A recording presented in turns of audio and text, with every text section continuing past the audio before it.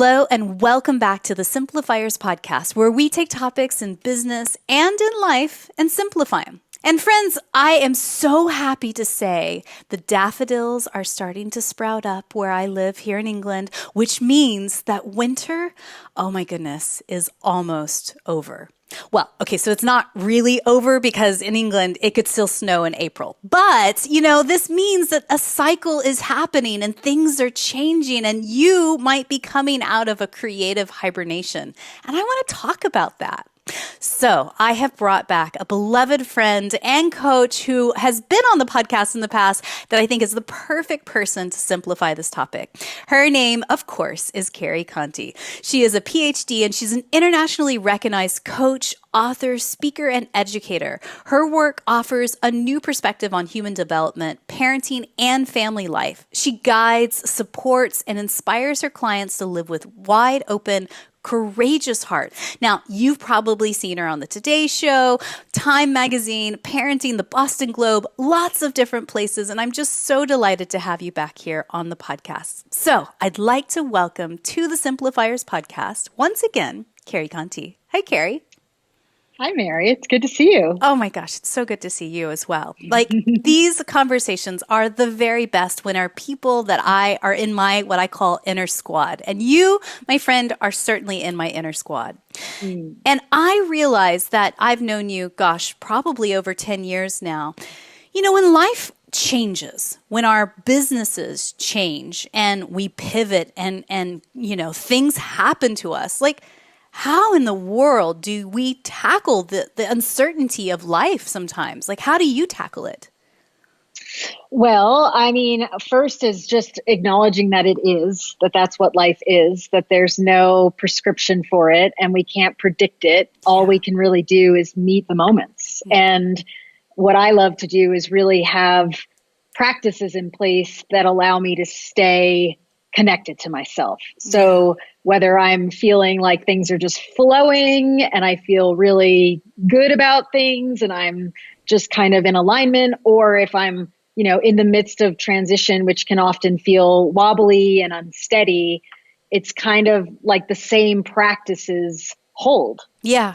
And, I have heard many people say over time, like, the only thing that is certain in life is change. And for me, I don't know about it as for you, it rubs me the wrong way.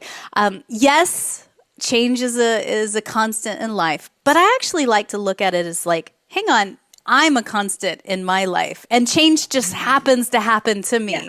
What do you think about that? I think that's brilliant. I love that. We are what we are. Yeah. And we're what I like to call the big beings in the little bodies. Yeah. Whether it's a child person or an adult person, we're consciousness, we're divinity, and we're in this physical experience.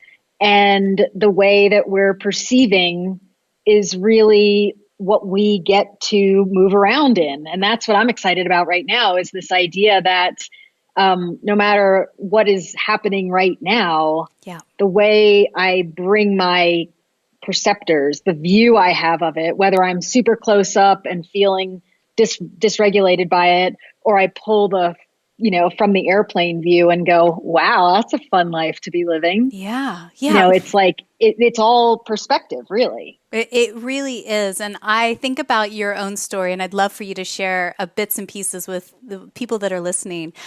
You've had some crazy ups and downs in the last 5 to 10 years. One of the things that pops to my mind is you had gotten this beautiful house in the hill country. Beautiful house. And then what happened? The roof blew off. Like literally the roof blew off of your house. Can you tell us that story and recount that? Let me tell you, I think it's fun to start a little before that. So that happened in May of 2015. Yeah. In August of 2014, just because it was something that I had been playing with, I decided I want to get committed to an appreciation practice. And so for 9 months, I was doing about 100 appreciations a day. That was like my yoga. That was how I was keeping myself clear. And what it was not only doing was keeping me enjoying and appreciating my actual life, but it was helping me clarify what I really loved and what I loved about my life and what I wanted more of. And I called it essentializing. And so I didn't know where that was going to go, but fast forward, it's May of 2015, which can be kind of a rainy time in Texas. Yeah. And I remember that happened right at the end of May. So the middle of May, I remember reading something about people who lived nomadically and, this movement of people who were like working and living without location independent. Right. And I remember texting a friend and saying, I think I'm moving in that direction. I'd really love to, get rid of my house, get rid of all my stuff and moving about. Oh my gosh. And to the point where on this Saturday, so that was like a Thursday. And then the next Saturday, I was like, let me just go look at cars. What kind of car would I want to have if I just traveled and didn't have a place that I lived? Again, no reason to be doing this other than I was just feeling like that was kind of a fun avenue to explore. Yeah. Cut to that evening, a Saturday, and it had been raining for a few days at this point. My good friend Bernadette, who was with me out at my house, and it was really stormy. And my whole house was basically a glass wall. Yeah. And it sat up high on a hill. And the whole time I had lived there about a year and a half, it was a little ferocious when it was raining because you were right in it. It wasn't, you were exposed. So we were watching it and she took a nap and then she woke up and she's like, I think we need to get away from the windows. This is getting really bad. And we went into the bathroom just because that was what we felt like we needed to do. Yeah. And all of a sudden we hear this noise, literally like a train had hit the house. It was so crazy. And we still didn't know what happened. We thought a window had broken, but all of a sudden there was just water kind of pouring in around us. Oh my God. And so we called the fire department and, we're sitting there for like 20 minutes. Still, it was pitch black at this point. So the power was out. It was dark. We didn't know what had happened. And these guys get here, they come up the steps because we were on the second floor and they shine the flashlight and it was a flat roof on this modern house. And the roof had like an overhang, like a little bit, like 3 feet. And what had happened, whether it was a tornado or just a really extreme wind, the wind had picked it up and moved the flat roof over to be hanging, like cantilevering off the other part of the house. And so the roof blew off and it was like, okay, here we go. Right. So for the next year, about 85% of my things were ruined and hauled away. I had to leave the house. It was not inhabitable. My insurance paid for the house to get redone, for me to be living and traveling and exploring this nomadic life that I had said I wanted. Be careful what you wish for. Yeah. And that was so then the house got done. I had a year. I traveled. I went all over the place. It was phenomenal. I got to redo a house, which was really fun. And then I got back there and I was there about 9 months and I was like, I don't think I want this anymore. And so I sold it. I paid off all my debts. And since then, which has almost been 3 years now, I've been living and moving about and just sort of following inspiration. And right now I'm in Colorado. I've been able to be with my mom when my dad passed away 2.5 years ago. I've been in Maine. I've been to Europe. Like I'm just kind of following my bliss, for lack of a better word. And it's remarkable because it really has allowed me to try on ways of being that most humans don't get to do. It's crazy, insane, incredible, the story. And I will make sure to put a photo in the show notes for people to actually see the photo of you in your house without a roof. It is just to like put a visual element to how big this really was. I mean, that's big change, right? Big, massive Giant, life change. monumental. Yeah, and also there's tiny changes that happen, little nudges in life that do shift your foundation and lead you down a path. But I wonder, do you feel that was sort of a universal download of like the universe saying, okay, you want to go this way? Well, here we go. Totally. Yeah. Yeah. There were no accidents. And I knew that almost as it was happening. I mean, I felt the emotion of the fear of the experience. Yeah. But within 24 hours, I've studied body mind psychology, and I have a good foundation of people to support me. So once I cleared out the wobble of emotion that came just as a result of going through something very intense, it was like full steam ahead. And Right. I was like embracing this thing that I had said I wanted. I mean, it would have been almost silly if I had been like, oh no, my house, after asking for it to that to happen. I mean, Right. I really saw it as like a big, like, oh, okay, like there's something to this. This is not just, it's a good thing to appreciate, or it's a good thing to set intentions, or it's a good thing to put your wishes out there. It was like, okay, I am being led, and I now will just surrender and see where that takes me. And that's been the process since then. Yeah. I mean, it's probably been the process our whole lives, but I feel like I listen differently because of that experience, and I act differently. Well, and I mean, I think that's it. It's when big changes happened in my life, big and small. I think the times where I took a step back, zoomed out and go, okay, what's the big picture here? And not freaking out in the whirlwind of like the tornado, literally, of the moment. Then you have perspective. Then you don't get sucked into the triggers, the anxieties, the everything of like, woe is me. Why did this happen to me? Exactly.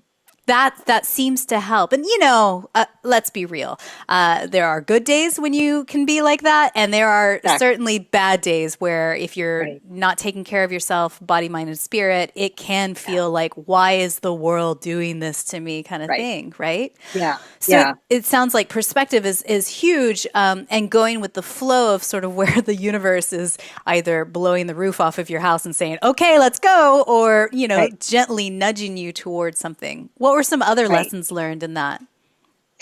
Well, one was just the power of appreciating. I had been doing that practice from August almost every day, not every day, but almost every day for almost 9 months. Yeah, and let's pause there real quick, because what you're saying there is such a huge thing, and you're just like, oh yeah, I just did this thing every day. Like, no, she wrote 100 appreciations down per day. Like, imagine that practice. And I just think that's so brilliant and also very inspiring, because what you are literally doing is creating new neural pathways in your brain to appreciate the good in your life and the kind people in your life. And so that you can be in a place of healthy mind, body, spirit, to even have the perspective. That's and just to be clear, it's not like I'm thinking of 100 new things a day. It's more about spending, 10 or 15 minutes. It's kind of like a meditation. Yeah. I do it on my computer. I have a doc, and I just type, and sometimes I'll say, if I'm like really tired and I haven't done it and I'm like, nope, you committed, do it. Yeah. I'll just type love 100 times, and I'll imagine 100 experiences of like seeing someone, like people I love, and thinking of people I love. And it's literally just to create a vibrational state in my being. Yeah. That's what it is. It's not to say, oh, I have this giant list. It's in the moment, like, oh, I have a tool that I know allows me to feel really good about my existence here and now. I'm going to do this. Mm-hmm. And it's just a way to really get my thoughts in the direction of what works. And then what I find, and what I find over time, is it becomes more about emotions. Like, I'm appreciating the ease, I'm appreciating the freedom, I'm appreciating the abundance, and so it's juicing the states that I would like to be feeling more and more and more, to the point where I don't really feel a lot of like the dips as much as I used to. I'm much more like, oh yeah, I got this. Even though there are ups and downs, there's a certain steadiness that I can access in myself.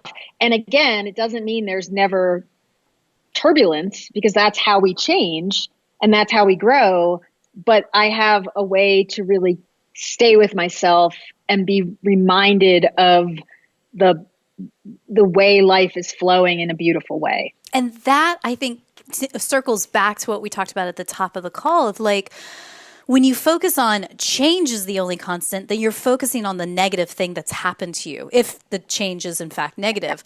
But then if you focus on the you is constant, then that bleeds into what you're talking about. You're focusing on the 100 gratitudes, the 100 appreciations in your life, and change happens, good and bad, all of it. Totally.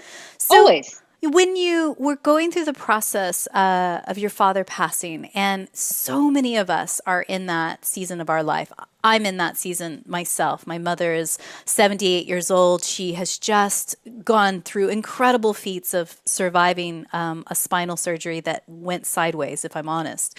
There a lot of us are there. And what advice would you give to people that are listening that are caring for aging parents and navigating that kind of change?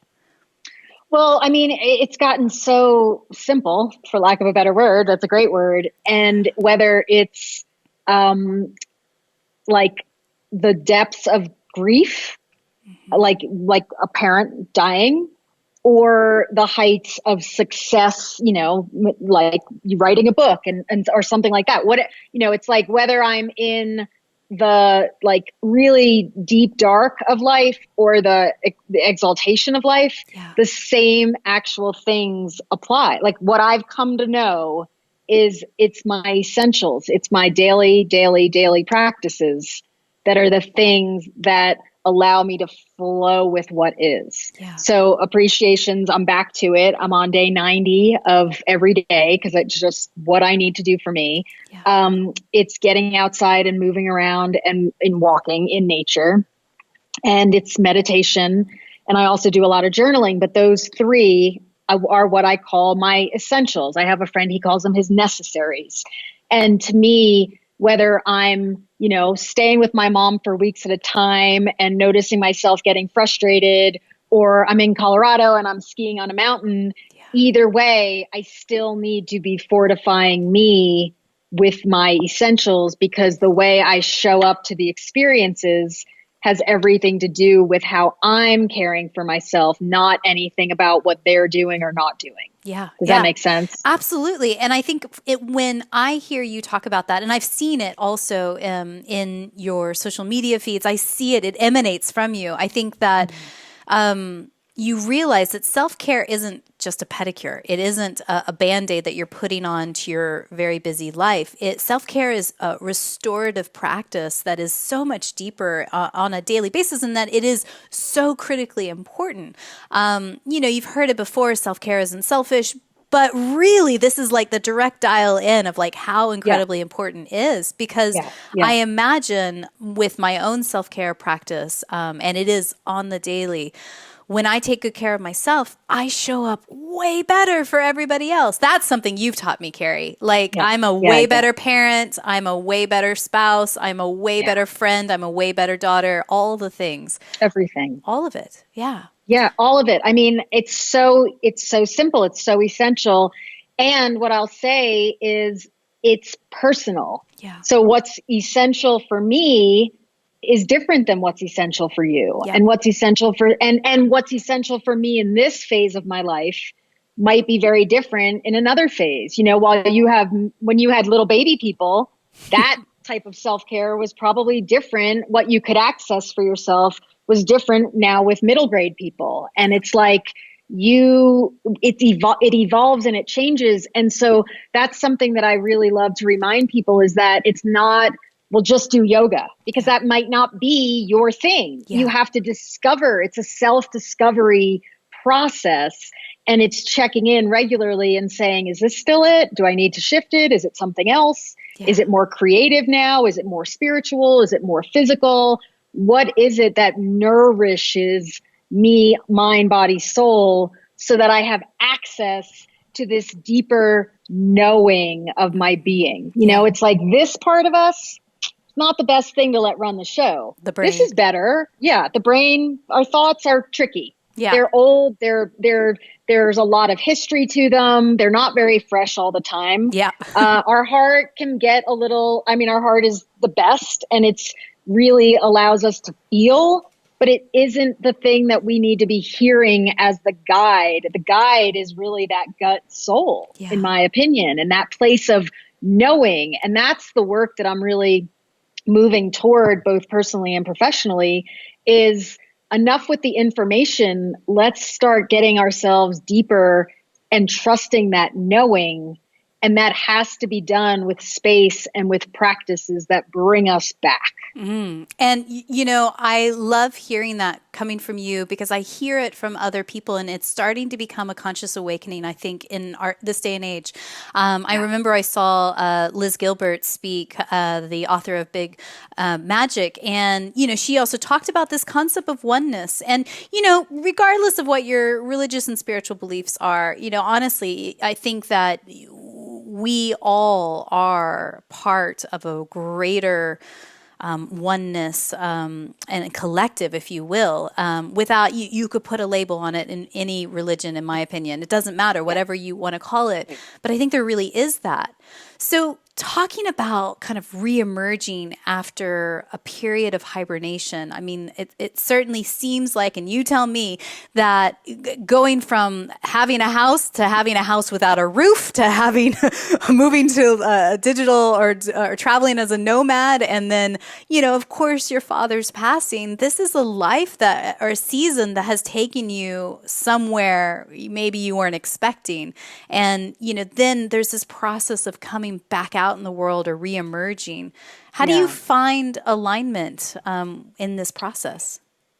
Luckily, I'm just fortunate enough to have a life that allows me to have a lot of time to be like checking in.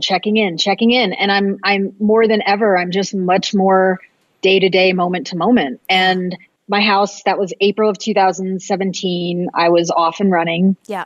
I thought this fall, okay, time to get back to work. Like you've had your fun. And as the winter kind of showed itself and I was getting ready, like, do I do a program? Do I offer this? Am I doing coaching? Like when I really like started thinking about like what I was going to do with myself and how I was going to be in service to the humans, because that's one of the things I feel drawn to do.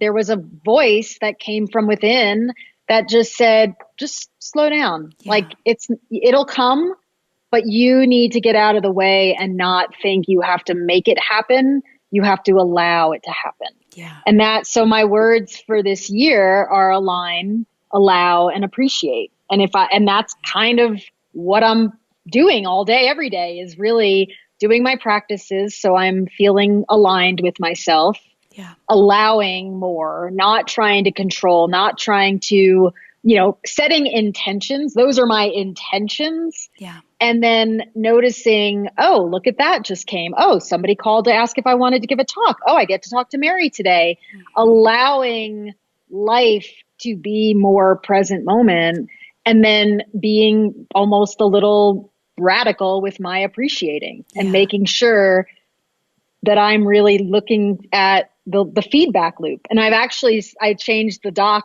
to say appreciations and celebrations, because that even feels one level higher. It's like, what am I celebrating? Like that's one of my big messages these days is most of the things that are happening right now were dreams at one, like not even like close dreams, but far off dreams. Yeah. Oh, I just saw my writing from 2015. You were probably at that workshop. I do a yearly clarity workshop.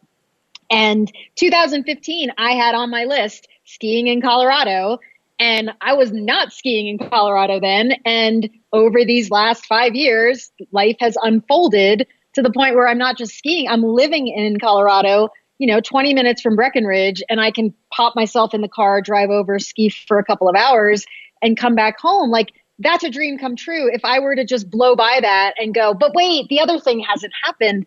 I'm missing the boat on this beautiful feedback loop that allows for a lot of steadiness through life. Yeah. And what I hear in that is when you are very clear on your intention and you are writing it down. Sometimes I think we a lot of times will let it swirl in our head, but the process of Yeah. actually writing it down and then Yeah. putting it somewhere where you can physically see it and be reminded of it every day, it helps you kind of come back to center. I call it kind of my goldfish brain. 8 seconds later, I'm over here like bloop bloop, Yep.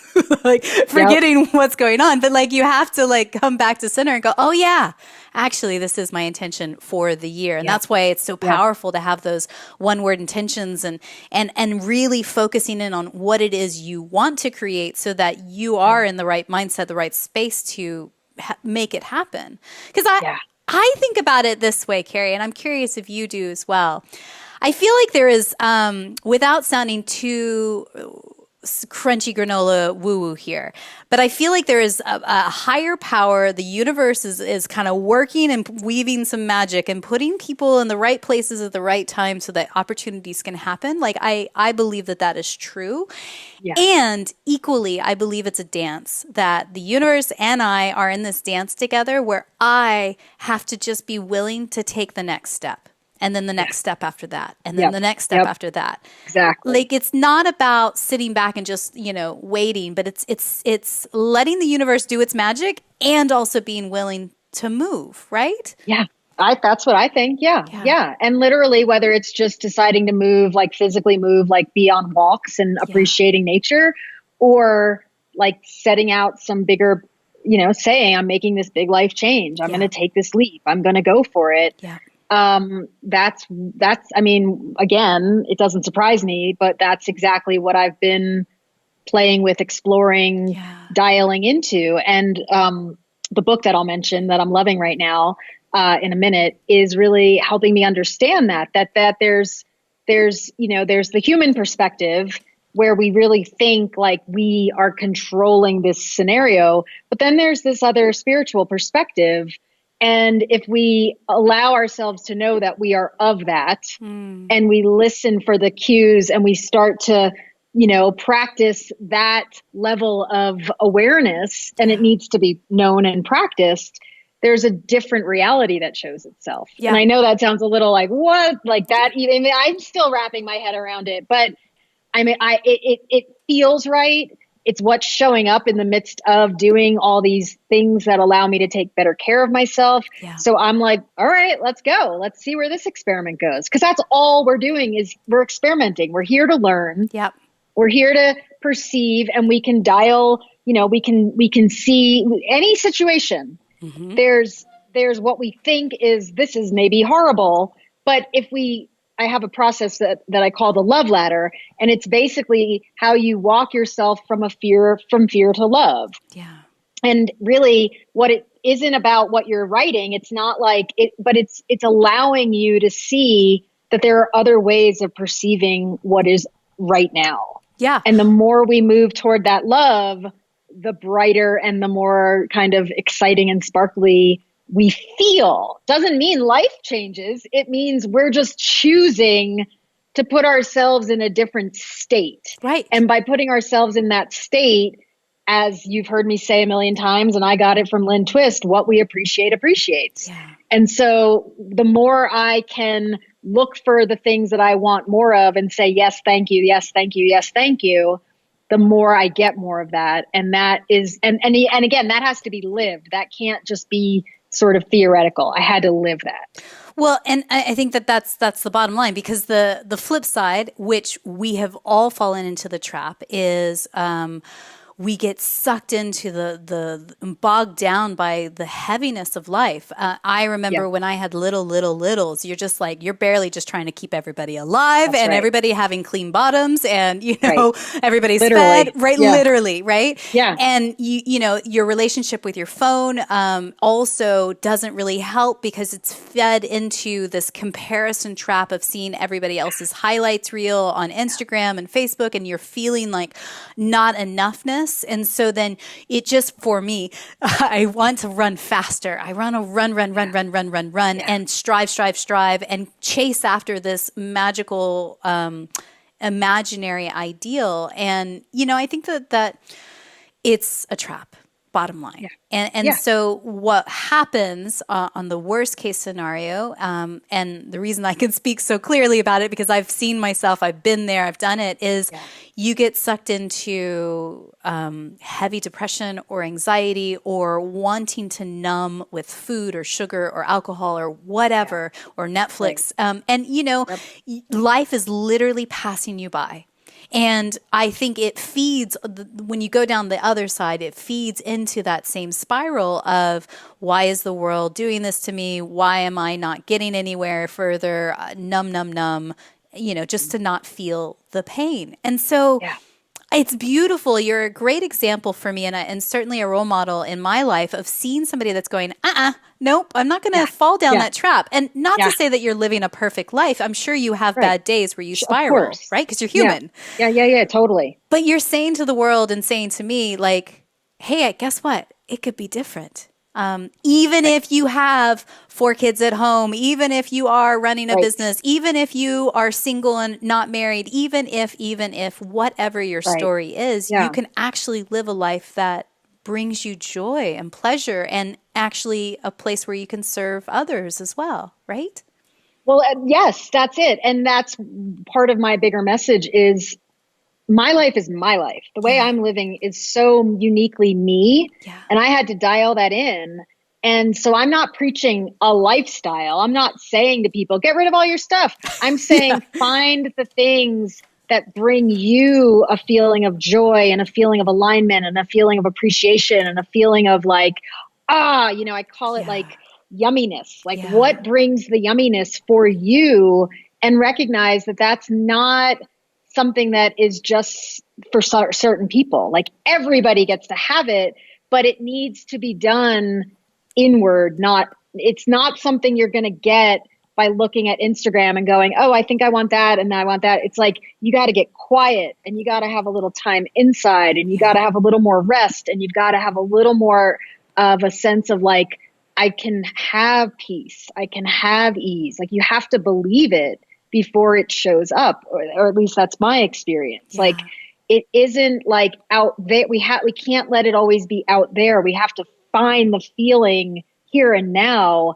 And the more we do that, and the more we see that life doesn't fall, before I was living nomadically, I had to take 3 weeks one summer and go, can I leave Austin and not be here and not, my life doesn't fall apart? Oh, 3 weeks worked. Great. Oh, let me do 6 weeks. Oh, that worked. Oh, next summer, let me do 3 months. It's like I had to baby steps. So I call it, have macro dreams and dream big, but then find your micro steps that you can do that are going to keep you in alignment with yourself and allow for those new realities to start showing themselves. Yeah. And again, it sounds like the lesson really is, if you are in a state of hibernation or change or flux where maybe you were going for a long time, and then all of a sudden everything came to a screeching halt because you had to take care of your parents or something else happened in your life. Right. To have that stillness in that moment, and to have that check-in with you on the constant, to nourish yourself so that you have the direct dial into the oneness of saying, okay, well, what is next, and all that. Yeah. And then letting it breathe and letting it have a little space, and not panicking and thinking, oh, I'm reemerging, I have to get back into the doing and go. And really and go.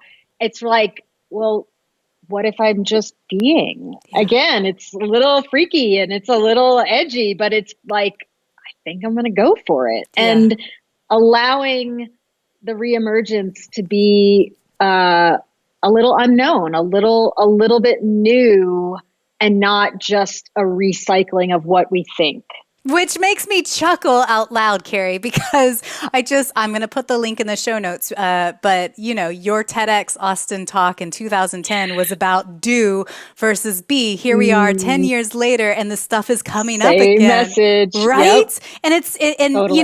Gosh, we are all human. We all need to hear it a few thousand times to go, oh yeah, actually, that's so important, right? Yeah. Being as much as doing. Yeah. And like letting, again, I think it comes down, I think the thing I didn't talk about, but, and I don't even know if the word conveys it, but there's an element of like faith And this idea that we've been led to believe that you got to grind, you got to do, you got to be, you have to be on, you have to like produce, market, Yeah. When the experiment that I'm doing, again, it's an experiment. I'm not saying everybody should do it. I'm doing it. Is that when I am in that pause, when I really, and sometimes it's longer than I think it should be, but when I trust that pause, the inspiration that kind of bubbles up, and the knowing, and the little voices that go, okay, go in that direction. Yeah. Like the more I can trust that and not think that I have to think my way into it, but I can feel and know my way into it, that's when everything just starts to feel like it's like running on a different level. It's like if life was over here, it's almost like the difference between like driving a car and like a whole new craft. Like it's like a hovercraft that can reality hop. Like Right. that's the feeling of how different life is starting to feel. Yeah. And, I can imagine there's somebody somewhere listening to this right now, and their little fear bubble is popping up and going, well, hang on. What if I need to pay my bills? What if I need to do that? I can't just stop. Like, what do you say to that person? I say, just let it be its own experiment. And like, again, it's like more time with yourself. Like find one or two things that you feel like you want to do, even in the midst of a busy, hectic life. Like give yourself 5 minutes, 1 minute, 30 seconds, 10 minutes, and like do something that you either know already really fortifies you and delights you as a human, or just get on the path of starting to explore that. Maybe you don't even know. I've had plenty of people tell me that, and that's okay. It's okay not to know. And all you need to think is, okay, well, I don't know. So is there something creative or artistic? Yeah. Oh, I like painting. Oh, okay. Get a thing of watercolors, stick it on the kitchen counter, cut up papers 4x4 so you're not looking at a canvas, and just start messing around with color once in a while. Maybe it's exercise. Oh, I really like Pilates. Try Pilates. Oh, no, that wasn't it. Oh, I really just like walking. Like, believe me, there's a part of me that thinks you should be running and working out and doing weights. And I'm like, no, I just like walking. And if I can get a 10-minute walk, I'm great. And if I can get a 5-hour walk, I'm great. I just love walking. And that's where my alignment seems to come. And I'm either on the walk or I come inside and I have all these ideas. So I consider that where I work. I'm just like, that's part of how I work. I have to be in motion in nature for my wisdom to be known. Yeah. And if you're listening to this and you're somebody who sits in front of a laptop or a computer for 8-9 hours a day, I really encourage you to take a break, and even just a 5 or 10-minute walk around the block. It really does incredible things for your brain. And that's where I have some of my very best ideas as well. So you talk about the 4 pillars of navigating change as like clarify, steady, appreciate, and then intend. Can you give us a little bit of a thought on that? I think it's really, those are just good essentials, for lack of a better word, good pillars to keep in mind that, again, it's all about tapping into that knowing. So when we sit down and we ask ourselves even the simple question, either how am I feeling, or I do a practice, what am I thinking? What am I feeling? What am I knowing? And the reason for that is because I want to let the swirl have its voice. Usually it's what do I need to get done today? What am I feeling about, what am I thinking about that situation over there? Then I want to know what my heart is thinking. And that feels like a little bit of like a bridge from thinking to knowing. Oh, I'm feeling anxious. Oh, okay. Name it to tame it. Dan Siegel says that the minute we acknowledge what we're experiencing on an emotional state, it shifts. So giving myself, especially when I'm feeling a little out of sorts, instead of just swirling, dropping in and going, oh, you're just anxious, period. Not even about XYZ. It's like, oh, I'm a human having a physical experience of emotion. Okay, that's just what it is. It's weather. It's no different than a storm blowing in. And then I go down and I do my knowing. And what I'm learning from this book that I'm going to share is that when you're in your knowing, when you're really with your higher self, there's no fear and there's no questions. That's thinking. The knowing is just in the moment, got it, clarity. Yeah. The intentions is, I love this comment that a teacher in grad school made years ago, probably 20 years now. Energy follows intention. And so whether we're being conscious about it and saying, I choose ease, I choose love, I choose to, when I think about an experience I'm about to have, whether it's the Today Show or going home to hang out with my mom, I'm thoughtful about, well, how do I want to show up? Oh, I want to feel like I'm present. I want to feel open. I want to feel delighted. Oh, okay, great. Those are my intentions. Yeah. Then, so we've got clarity, intentions, appreciation. Yeah. We kind of covered that just in the sense of like what you appreciate appreciates. So give that more energy, more energy, more energy. And then steady. And then steady. Yeah. And that's really this concept that I'm working on more and more of our ability to handle life as it's coming at us. Yeah. Like I call it handleability. And recognizing, and I see it as a sign of maturing, developing as a human, is that a lot of times we default to how we handled things or how the people around us handled things, thinking, well, I have to get freaky when this is happening. And it's like, wait a minute. Yeah. No, I don't actually. I have some choices. So how would I like to move through this change? And learning how to steady ourselves. But here's the thing, Mary, and you know this, it isn't wait till things get wobbly and then steady. It's invest. And then when things get wobbly, you catch it quicker and you use your tools to steady and then you move through. Yeah. So it's not just like, I never care for myself and then a bad thing happens and now I have to learn it. That's why I'm so weirdly diligent about the day to day, because to me, I have to put money in the bank account for when I need to take a withdrawal so that I don't feel like I'm underwater as quickly. And it makes sense. I mean, when my heart is expanded, I think about that in a visual way. If you're watching the video version of this episode, when my heart is expanded, my body language changes. And I dare say that people see me and go, oh, wow, there's something different about her. I'm kind of curious. And, either literally or figuratively, they approach me with opportunities. Hey, Mary, would you like to collaborate on this project? Would you like to be on this podcast? Would you like to speak at this event? Would you like to But when our energy and our heart is closed off, our shoulders roll down, our heads are down to the ground, our chin is not up to the sunshine in the sky, we're also energetically telling the world that don't talk to me. I'm a porcupine putting my prickles out and all of that. Right. So, and it really, I'll just say as a last comment, to me, the way I make sense of what you're saying is, we're vibration. Yeah. We're vibrational beings. And when we're coherent, we're smooth. And that's something that is attractive on a vibrational level, that we want to be around coherence. We want to feel somebody's rhythm, somebody's song in a way that feels true and aligned and authentic to them. When we're all discombobulated, it's dissonant, and we don't want to go toward that. It's music. Like the way we hear music, we don't often want the dissonant music. We want the music that is very coherent and has a lot of predictability in the sense of tone to it. And pleasing to the ear. Exactly. And it's not about being a certain way. It's genuinely being you. Like learning your, and the person I'm going to share about, she talks about this idea of like learning that you have an instrument inside of you and learning how to play it is like a really nice way to think about it. That there's this song or this instrument that is our isness, as I like to call it. It's our essence. It's our little spark of the universe that's out here manifesting as a being in the world.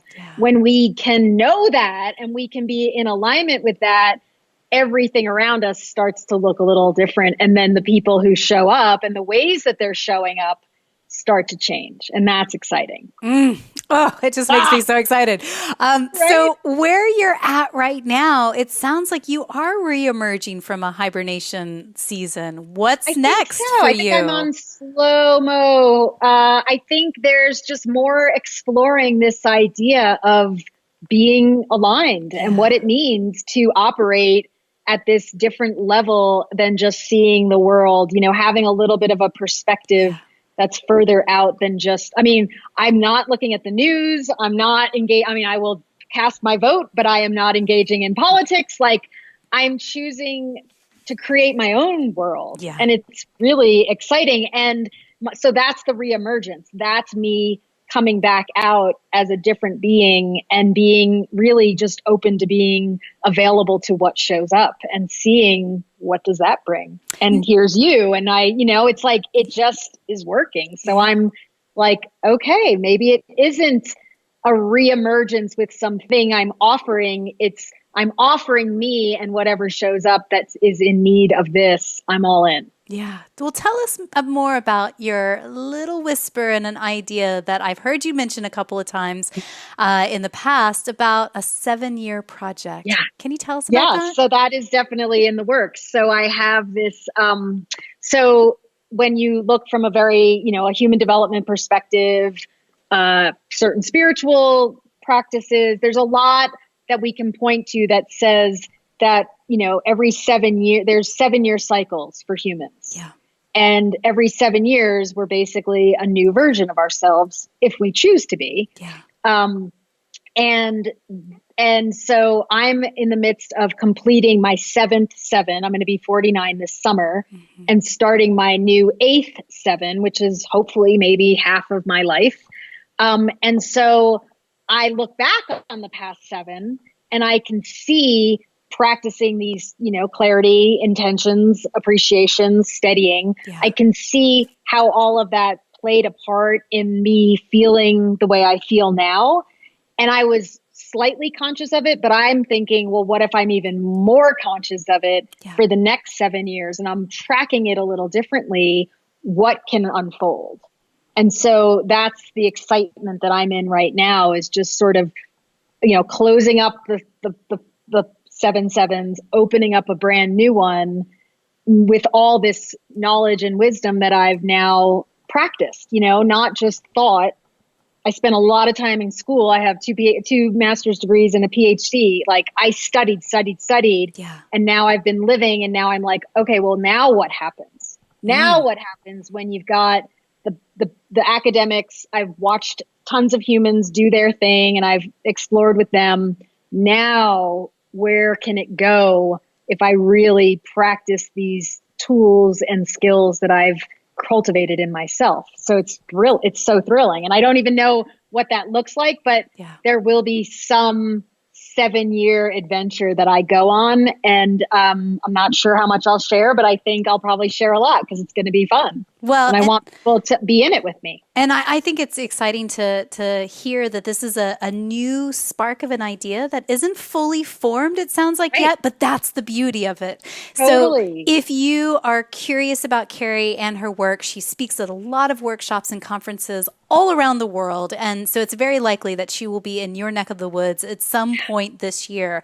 So I highly recommend going to her website, carriecontey.com. The links are all in the show notes at thesimplifierspodcast.com. So you can check it out and see her in action and hear what's bubbling up to the surface. Because I can say without a doubt, she doesn't pay me to say this, the things that Carrie has shared over the years with me has really fundamentally changed how I parent, how I relate to my loved ones. And so it's always exciting when I'm in your presence, Carrie. You have lots of good stuff. This was so much fun. Love it. Love you. This is just perfect today. So thank you. My pleasure. So I have a couple of questions I want to ask you that I ask everybody. So what's one book or blog that you're reading these days that really is inspiring you or poking holes and challenging your belief system? I think you touched on it a couple of times. What's the book? Yeah. So the person's name is Paul Selig, Selig.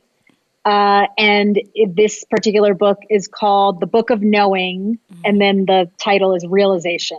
Good. And It's not for everybody. It's a channeled text. Yeah. But ooh, I'm loving it. And I'm actually at the point where I'm like sitting down and transcribing it kind of as I go so I can really hear the messages because it's powerful. And I'm just really, it hit and I'm going with it. And so if it resonates, great. And if it doesn't, let it go. But I love sharing because it really has been honestly a life changer. Wow, that's a big statement there. And I've not heard of that book. So I'll put the link in the show notes for that one as well so people can check that out. So tell us, who's one person in your network you just feel is up to brilliant things that we could shine a spotlight on them? And who knows, maybe one day we'll have them on the podcast. Yeah, so there's a woman, I only know her through Instagram. Yeah. Her name is Jessamine Stanley, and she is a yoga teacher. And I am just really, I love how she's being herself. Like she's really, she's a bigger woman. And I think her story, I don't know it completely, but I think, she was intimidated by yoga. And then she found a teacher that just said, no, you have to do it for you and your body. Yes. And she started listening, and she has that way she talks about it of hearing that she had to learn her instrument, that it wasn't about doing it the way, the yogis do it. It was really about just getting on the mat and stretching your body and moving no matter what you look like or what your size is or what your background is. Love it. And I love that so much because to me, well, A, it's just crazy inspiring and it makes me want to do more yoga. And B, it's just that message of you don't have to be a certain way to do you, just be you and go do it. And that's, it's kind of that same Lizzo vein of like, be you and be the youest you can be and let your song be heard. No apologies and no, dimming down because I don't look a certain way or I don't act a certain way. It's like, I'm me. Like, let's be us. And that is inspiring me to no end lately. And then that is when we find that unstoppable power inside of us and then in our community is when we each can have that permission to actually show up as ourselves exactly how we are in all of our dimples and imperfections and flaws. Exactly. Man, we are unstoppable. Exactly. And not just women, but all of us. Everybody. Every single one of us. Everybody. Yeah. And to like really, I love just that idea that we're moving into this way of thinking about humans that is more unique and everybody's in a way their own species. And we can stop saying, I'm not this, I'm not that, but just be like, I'm this. Yep. This feels aligned, not I'm this because this is what I think I should be. This is what I am. Yeah. And like, that message is just, and I want young people to get it. And I just want everybody to feel like you're here, you matter, you get to sing your song because you're here. Period. You're part of divinity. Like, how amazing is that? Yeah. If you want to tap into more of Carrie, all of her social media links are going to be in the show notes as well. So make sure to check there as well. Carrie, I know you talked about your 100 appreciations, but I believe also gratitude and simplicity go hand in hand. What's just one thing you're grateful for right here and right now today? This conversation, I know that's a little cliche, but I can't stop myself. This was exactly what I needed right today. And I will be writing it on my list today because just you sparked so much good stuff and I feel enlivened and it doesn't get any better than that. So thank you, Mary. Keep doing the work. Honestly. I feel that. Thank you so much. And keep doing it because I think you are up to brilliance here. Things are happening. It's exciting. Too. Let's go. Yes, let's go. Let's keep sparkling it. I love it. So my last question for you is this today. Someone somewhere is listening to this episode and she has been giggling with us. She might have even started to shed a tear when the hard stuff and talking about that. Maybe she's going through a season where she's realizing she's been hibernating for a really long time and she's ready to emerge, but it's super scary. What's one thing that you could just whisper into her ear right now to encourage her in this moment?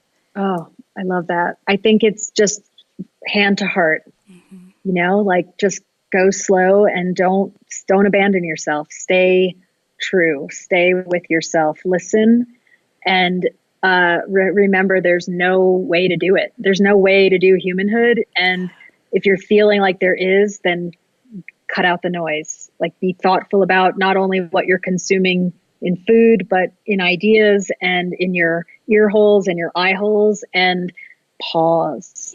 Take it slow and allow yourself to really be with your heart and your soul, because it knows. Yeah. Big love to you, as always. Big love. Oh, so much love. Thank you for your time today. Thank you. I love you, Mary. Love you too.